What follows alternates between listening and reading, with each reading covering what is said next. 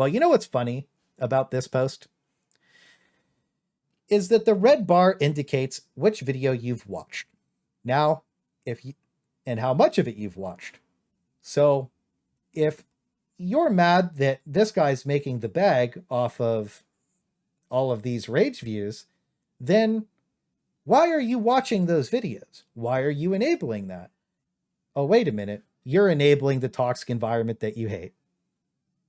Welcome back, ladies and gentlemen. Today we're paying the power bill and going over some really interesting things we found out about the history of Arrowhead Studios yesterday. So, Magicka, estimate 6 months with 5 full-time devs. Took 24 months with 8 devs plus some part-timers. As Magicka was developed to be a niche game, it was easy to filter and dismiss incorrect feedback from certain well-established people that knew better in the industry. That's crazy. Almost like the consumers are right the majority of the time when they invest thousands of hours into testing all of your systems and can prove everything that they're saying. But not listening to them is clearly the better course of action. All of these suggestions directly interfered with the main design philosophies at Arrowhead that would have diluted their vision. By the way, Magicka's unplayable now, by the way. The last patch, they did brick the game.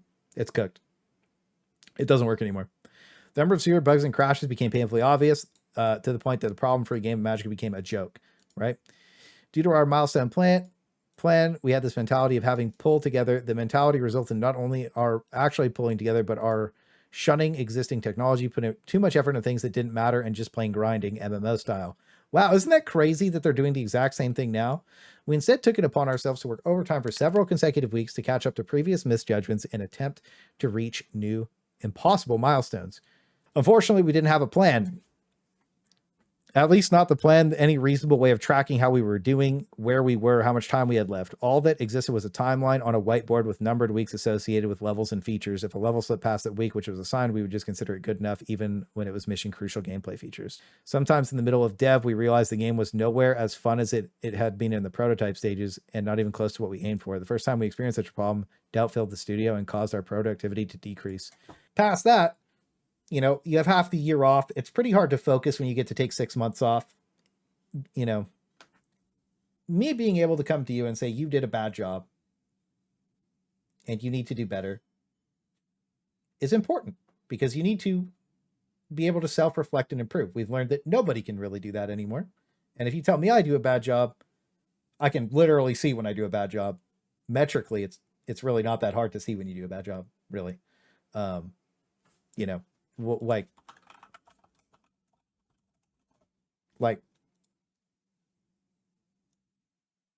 metrically, you can tell when you did a bad job. It's obvious, right? You know, this is brutal. Regarding some, so yeah, they think they are already the best of their job they can be. Here's the thing: is Arrowhead Studios has really talented people there. However, all of the people that make the balance decisions for the game don't play the game. If modders can fix the game with almost no effort, there's no possible way somebody's getting paid $100,000 a year can't. So anyways, regarding advice from the gaming industry, we failed miserably at heeding their advice. It was almost as if we were told the exact position of all the mines in a minefield, and we still, like some sort of imbeciles, were compelled to step on them. This is crazy. This tendency of having experienced mistakes before keep haunting us through our entire development process. Other than that, we've established a functional pipeline for creating new content for Magicka, even though our game engine isn't crafted to handle it. Like, is this what it is? Because this is quite literally like a time is a flat circle situation. Do you think fame and hype got to them at launch and they just didn't have to try anymore? I think that they got so gassed up by some of the people I'm going to flame out in a minute that they thought that everybody else was wrong, when quite literally 95% of people were right, and the people they chose to listen to were the problem. And the second you put yourself in a position where you think that every single piece of criticism is negative, you've automatically failed at being a functional, productive human. Not even a game dev, nothing outside of that. If you can't take constructive criticism and you only search for the answers that you want to see, then you'll always fail. Helldivers 2 estimates 3 years, 30-ish studio. Actually takes 8 years with 100+ studio. What fans loved versus the vision. Okay, well, the vision, what that was sold to us was OP weapons, overwhelming odds. Again, showed proof of it already. Underwhelming weapons, underwhelming odds. Crazy. Game crashes, I can forgive game crashes and glitches. This happens on every game. It's not a big deal. Multiplayer aspects breaking, we're almost guaranteed at this point. As it is. Overcomplicated game design to focus on player nerfs, 200 overlapping systems. We're at the step now fixing previous misjudgments. The whole "will have a plan within 60 days" speech. Productivity decreases. Like, if somebody got hired and they do nothing all day, why are they there? Right? Like, just track what people do. And if by the end of the week they did peanuts, then, you know, PileStat literally said, we need accountability. Hold people accountable. This clip really locked it in for me as something that just blew my mind. First of all, we have the pink question mark that we have to praise. Okay, so look at this. We'll look at this guy shooting really quick. This has been a problem since the game launched, literally, right? Sometimes they cool off, sometimes they don't. Is what it is. He's just blasting. Not democratic enough but this is properly unfair. Never realized the overheat doesn't apply to the bots. Let me investigate what's going on. One other thing to note about this that nobody's talking about is multiple instances of weapons are spawning inside of each other, shooting at the same time. Oh, that's a tank. That makes more sense.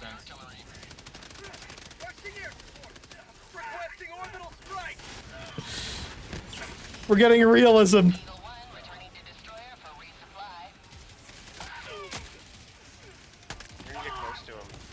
I'm moving up. He's just shooting 3 times. Tossing an eagle at him. That should land Eagle, across tossing him. precision. This is new. I didn't think they were supposed to shoot twice. They shoot 3 times now. If the next patch goes through and the enemies are attacking 4 times each, what is happening? That is the maximum prio fix. Like, these issues are so apparent if you play the game regularly. PileStat acknowledges Burnout. This is Arrowhead's problem going forward. They'll never be able to catch up in time. Think about that. There's nothing to do. There's nothing to catch up on, bro. Fix like the 5 egregious super bugs, and then the rest of it just falls into place. But anyways, the base game took 8 years of development to release, which means these folks take a while to intend them.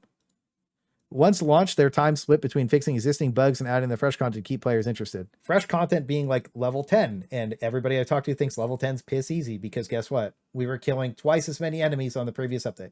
I want to kill 10,000 enemies a mission. I want it to be hard. I don't want to kill. It's stupid. The rate of new bugs and issues being introduced by updates, the rate of players' endgame with no carrots to chase. The carrot to chase is horde mode. Are both outpacing the devs team's ability to either fix bugs or add quality content. So they're caught in a death spiral, unable to accomplish either and only exacerbating the problem.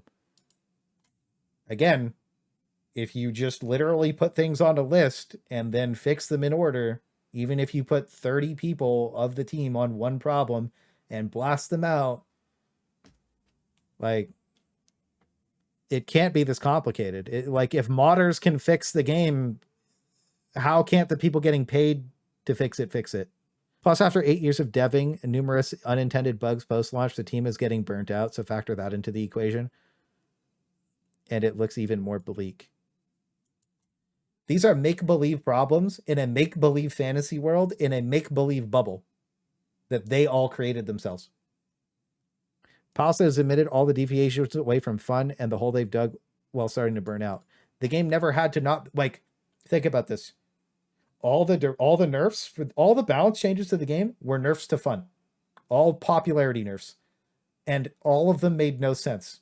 Not a single nerf made sense in the game. And I saw some people disagreeing with me on my last video with literal proof and clips of everything.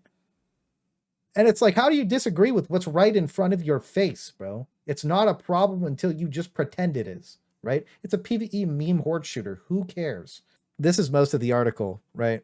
He summarized the article. We're improving this, but as you can see, combined with the demands on the team from the appreciation that the game has found, as well as our ambition level is straining us. PileStat explains that Arrowhead needs to do better with its quality assurance process. They currently do not have a quality assurance process, which is a huge problem. They just took a 2-month vacation. How are they burnt out? Exactly. You can't be. The key issue I see is the delta from launch, where the game was about having fun. A chaotic, challenging, emergent experience with like-minded players has been eroded through a shift in focus to challenging and competitiveness without considering a more playful experience in Helldivers 2's creators' directive rights before thinking the play for thanking for player feedback. Who's trying to be competitive? Show me. Show me once. Make-believe fantasy where this doesn't exist. You tell me I'm trying to be competitive when I'm just trying to kill 10,000. I'm trying to kill record, trying to get, you could say that's competitive, but I'm standing there with my friends giggling like an idiot, shooting an auto cannon at a rocket tank, bro. Yeah.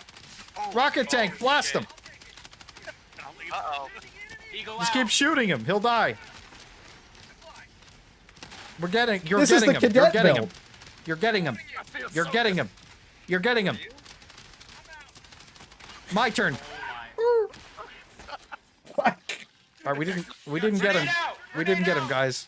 Hang on, I got full ammo. Grenade out! Yeah, get him! I threw 4 at him. These are I got 4 on fragmentation him. grenades. Take him down. Where's the competitive aspect? Oh my god. People accuse me of being competitive. We're trolling. We don't care. Yeah. Oh, he's still alive. It's alright. I'm coming! Oh! No way! I finished the job. So when you tell me about competitiveness, there was never a shift to competitiveness. There was just a shift in the game studio making really bad decisions and nerfing all the fun, popular stuff, while there was egregious bugs that made them look overpowered. There was no correct baseline to balance from, and now the game sucks because you nerfed everybody's fun stuff. And all you had to do was buff all the things that sucked and spawn more enemies. Spawn more bad enemies, like berserk, like bots needed more berserkers than soldier bots. They didn't add that as a modifier on the nuke mission. The bugs just needed more hunters, more warriors, more scavengers. And guess what? When there's a charger coming at you and there's 30 or 40 of just not even hunters, just the little scavengers, the little flying ones just zooming around you, you're dead. That's it. The game is literally being made for nobody. It's a make-believe fantasy world that doesn't exist. Nobody's being competitive. Nobody's trying to be competitive. Everybody just wants to have fun. That's it. And there never needed to be any negatives, man. The only thing that needed to be removed from the game was the railgun bug. And it's just, things can't get better because these guys have gaslit themselves into problems that quite literally do not exist. These problems don't exist. They're fake. They're make-believe problems. And you know the worst part about this entire thing? So he acknowledges the burnout. We go there. And this is the worst part about the entire thing for me. Hating this game keeps the lights on for some people. 3 weeks straight, 12 videos, 1.5 million views, all highlighting negative stuff about HD2. One video, okay, sure, 3 weeks, just stoking the rage for views. Well, you know what's funny about this post? Is that the red bar indicates which video you've watched. Now, and how much of it you've watched. So if you're mad that this guy's making the bag off of all of these rage views, then why are you watching those videos? Why are you enabling that? Oh, wait a minute. You're enabling the toxic environment that you hate. Even I watch his videos now and again to see what's happening, and I installed months ago. Yeah, bro, it's fun. The thing is, the other thing about Lieutenant Buzz Lightyear, which is great, is he keeps everybody up to date on all the news that's happening with the game. He's giving his opinion. He's going out of his way to get all these screenshots. He's making sure that all the information is up to date and accurate, which is a lot more than you can say about most people. So his videos are good. Truth is, there isn't a lot of glazers out there, period. Here's the thing. The people glazing the game are the same people that want the game to die. And they're both so stupid that they don't understand what they want. They share the same brain cell. The rest of us just wanted the game to be fun, cool, and interesting and be fun. That's it. That's all we ever wanted. We wanted the game to be fun. Like, this doesn't exist. Wherever it is, this doesn't exist. This fantasy world where fun was only eroded because of nerfs that didn't make sense. You think Sony might be behind some of this? Absolutely not. I think the only thing Sony cares about is where the money at.